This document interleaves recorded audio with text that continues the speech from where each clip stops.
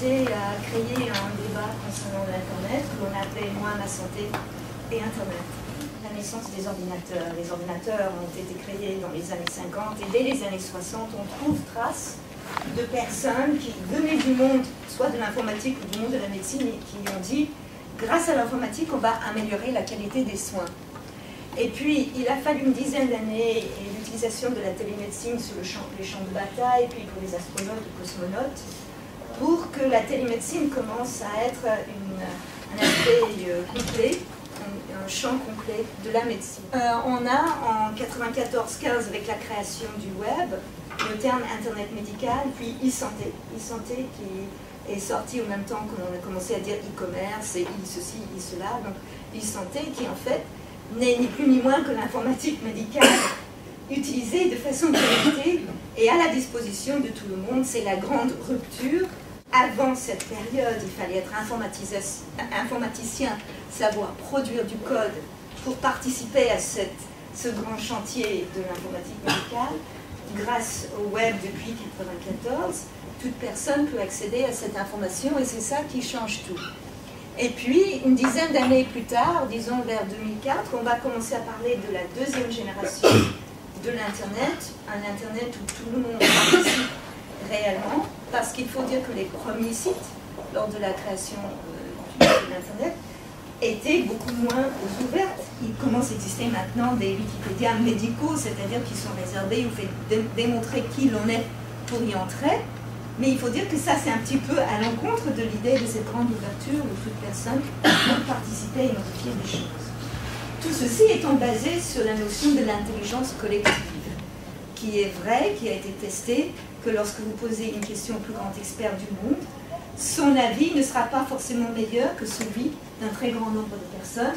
Et ce sont des sujets que certains de nos panélistes affectionnent particulièrement. On dit que la ville de New York ne dort jamais, mais l'Internet ne dort jamais. Cette production est à la portée de tous. La question dont nous allons débattre, c'est quelle e-santé? Est-ce qu'on peut amener tout ça vers l'amélioration de la qualité des soins? Ou est-ce qu'on va se trouver dans les bas-fonds de la communication et de l'influence des personnes et des entreprises ayant des intérêts commerciaux? Qui touche à peu près 200 000 personnes en France et ce sont des maladies chroniques et parfois très invalidantes. Notre association en fait, a un site internet depuis 1997. L'intérêt en fait, de ce site résidait avant tout dans la délivrance d'informations très pointues sur les wikis. C'est-à-dire que par exemple on pouvait trouver des comptes rendus de conférences qui se passaient aux États-Unis sur les wikis. Il y avait aussi des publications.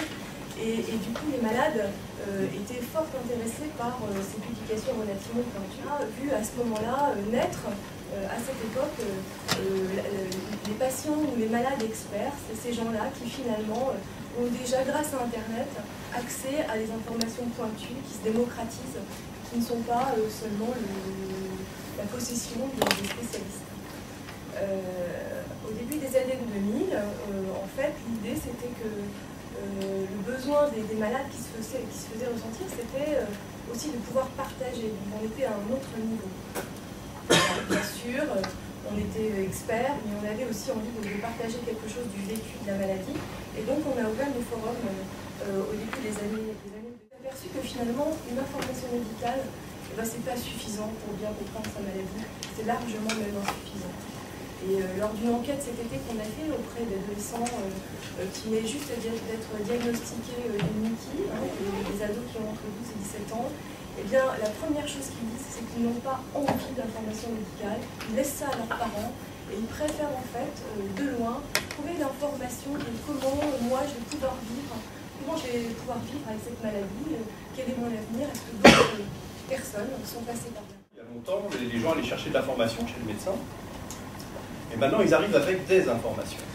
Deux types d'informations, et l'information qui n'ont pas été cherchées, parce qu'on baigne dans des flux d'informations par tous les médias qu'on reçoit souvent passivement, parce qu'on regarde la télévision, parce qu'on reçoit des journaux gratuits, parce qu'on reçoit plus d'informations finalement qu'on ne peut en lire ou en entendre. Et ça, ce n'est pas nouveau et ce n'est pas de l'Internet. Et c'est une information qui est malheureusement, tu parlais d'influence tout à l'heure, qui peut être manipulée, le mot est fort, mais en tout cas qui obéit a des influences extérieures. Et ces influences extérieures pour le médecin que je suis posent problème parce que je dois resituer finalement cette information qui a été financée, préfinancée ou influencée par un intérêt économique généralement dans la réalité pour pouvoir concilier utilement mon patient. Internet a changé beaucoup de choses parce que d'abord, le patient, pour revenir à lui, quand il est préinformé, peut aussi être actif dans sa recherche. C'est-à-dire qu'il va aller sur Internet pour s'informer sur son problème.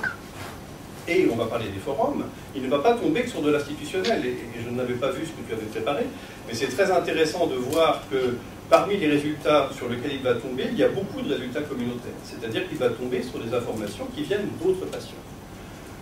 Ces informations sont tellement diffuses, tellement diluées, qu'elles sont très difficiles à influencer. Et donc on retrouve une certaine pureté, si je puis dire, de l'information. Actuellement, l'information la plus pertinente sur le plan médical disponible, c'est Wikipédia. C'est actuellement l'information la plus fiable. Alors, tout le monde dit « Ah oui, mais on peut faire ce qu'on veut, on peut trafiquer, on peut modifier. » Oui, peut-être, mais globalement, de toutes les sources disponibles, c'est la moins trafiquée de toutes. Je sais que nous avons actuellement, dans l'Internet francophone, une source d'information anonyme, faite par des gens qui ne sont pas forcément des professionnels de santé, et qui est actuellement le support le plus fiable pour s'informer sur la santé. C'est quand même quelque chose qui interpelle énormément.